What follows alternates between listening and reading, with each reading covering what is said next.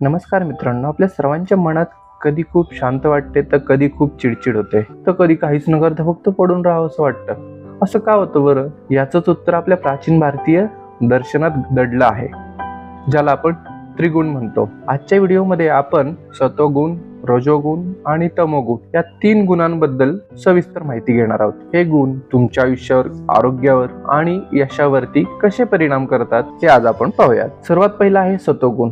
हा गुण हे शुद्धता आणि ज्ञान दर्शवतो. सत्वगुण हा पवित्र, प्रकाश आणि सुसंवादाचे प्रतीक आहे. जेव्हा माणसामध्ये सत्वगुण वाढतो तेव्हा त्याला सुख आणि ज्ञानाची प्राप्ती होते. या गुणाची वैशिष्ट्ये कोणती कोणती आहेत? यामध्ये दया, क्षमा, शांती, संतोष, निस्वार्थता आणि सत्यता ही या गुणाची प्रमुख वैशिष्ट्ये आहेत. या गुणांचा स्वभाव कसा असतो तर सत्वगुणी व्यक्ती शांत आणि स्थिर असते.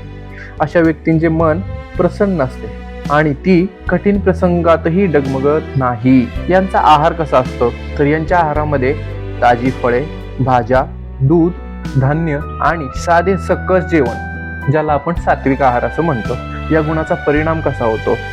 हा गुण व्यक्तीला आध्यात्मिक प्रगतीकडे आणि आत्मज्ञानाकडे घेऊन जातो. दुसरा आहे रजोगुण. हा काय दर्शवतो तर क्रियाशीलता आणि आवड. रजोगुण हा गती, ऊर्जा आणि वासनांचे प्रतीक आहे. हा गुण माणसाला कर्म करण्यासाठी प्रवृत्त तर करतोच, परंतु त्याचसोबत लोभ आणि अशांतताही पसरवतो. या गुणाची वैशिष्ट्ये कोणती आहेत? या गुणामध्ये महत्वाकांक्षा, अति उत्साह, अहंकार, धावपळ, फळाची अपेक्षा ठेवून काम करणे ही या गुणाची प्रमुख वैशिष्ट्ये आहेत. या गुणाचा प्रभाव कसा असतो तर रजोगुणी व्यक्ती सतत काहीतरी मिळवण्याच्या मागे असतो.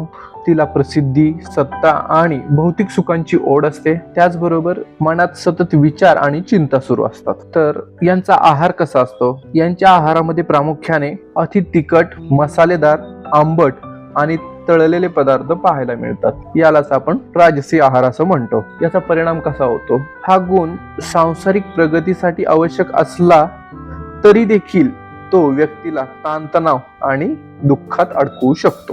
तिसरा आहे तमोगुण, जो अंधार आणि जडत्व याचं प्रतिनिधित्व करतो. तमोगुण हा अज्ञान, आळस आणि विनाशाचे प्रतीक आहे. हा गुण माणसाच्या बुद्धीला ग्रासतो आणि त्याला अधोगतीकडे नेतो. या गुणाची वैशिष्ट्ये कोणती आहेत? आळस, झोप, अज्ञान, क्रोध, हिंसा, मत्सर आणि भ्रम ही या गुणाची प्रमुख वैशिष्ट्ये आहेत. तर या गुणाचा प्रभाव कसा होतो? तमोगुणी व्यक्तीला काम करण्याचा कंटाळा येतो. त्याचबरोबर अशा व्यक्ती चुकीच्या सवयींच्या आहारी जाते आणि तिची निर्णय क्षमता कमी होते. या गुणांचा आहार कसा असतोय? यांचा आहार शिळे अन्न, मांस, मद्यपान, अंमली पदार्थ आणि अतिप्रमाणात खाणे की ज्याला आपण तामसी आहार असं म्हणतो.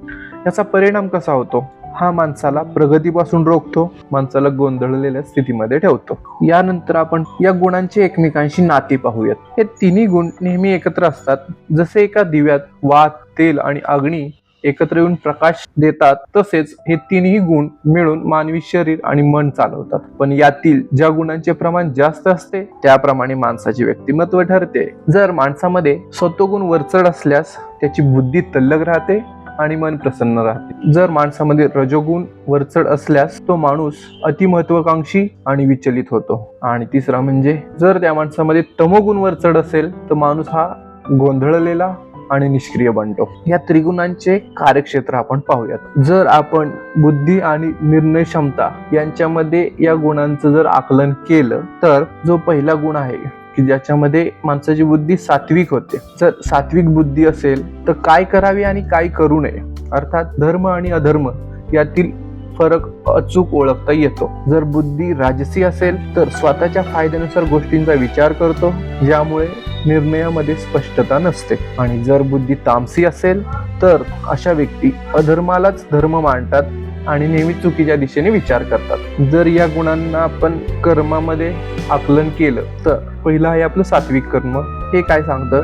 फळाची अपेक्षा न धरता कोणाचेही नुकसान न करता केलेलं कर्तव्य म्हणजेच सात्विक कर्म. दुसरं आहे राजसी कर्म. यामध्ये काय? राजसिक कर्मामध्ये खूप कष्ट उपासून किंवा अहंकार प्रदर्शनासाठी आणि स्वार्थासाठी केलेलं काम म्हणजेच राजसी कर्म आहे. आणि तिसरं आहे तामसी कर्म. तामसी कर्मामध्ये माणूस परिणामांचा विचार न करता केवळ रागापोटी किंवा इतरांना त्रास देण्याच्या हेतूने जे कार्य करतो, संपूर्ण कार्य तामसी कर्मामध्ये येतं. जर या गुणांचं आपण सुखासंबंधित आकलन केलं तर जे सात्विक सुख आहे यामध्ये सुरुवातीला विषयासारखे कठीण वाटते, पण शेवटी अमृतासारखे गोड असते.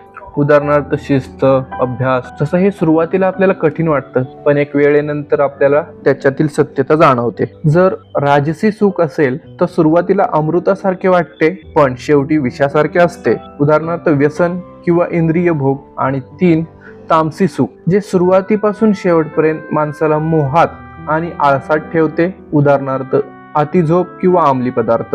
तर या सर्व गुणांच्या आकलनानुसार आपण स्वतःमध्ये कसा बदल करावा हे जाणून घेऊया. यामध्ये ज्या व्यक्ती तमोगुणात असतील त्यांनी रजोगुणात जा, आणि ज्या रजोगुणात असतील त्यांनी सतोगुणात जा.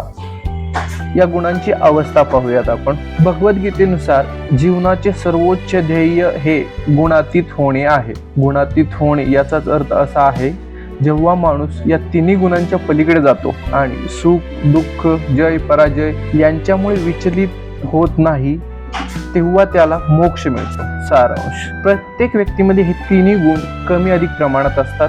दिवसातील वेगवेगळ्या वेळी किंवा परिस्थितीनुसार एक गुण प्रभावी ठरतो. उत्तम जीवनासाठी तमोगुणांचा त्याग करून रजोगुणाला नियंत्रणात ठेवून सत्वगुण वाढवणे हे मानवी जीवनाचे मुख्य ध्येय मानले जाते. याबद्दल तुम्हाला काय वाटतं? सध्या तुमच्यात कोणता गुण जास्त प्रभावी आहे? कमेंटमध्ये आम्हाला नक्की सांगा. हा व्हिडिओ आवडला असेल तर लाईक करा आणि चॅनलला सबस्क्राईब करायला विसरू नका. धन्यवाद.